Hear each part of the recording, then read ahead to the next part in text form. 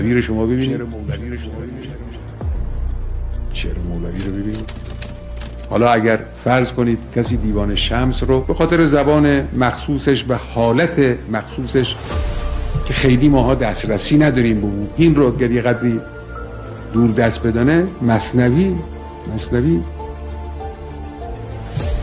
که خودش میگه و هو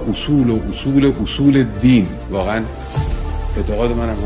مولوی که خب دیگه بعدش معلوم، مولوی که یکسره عرفان و معنویت و حقیقت و اسلام ناب و معرفت توحیدی خالص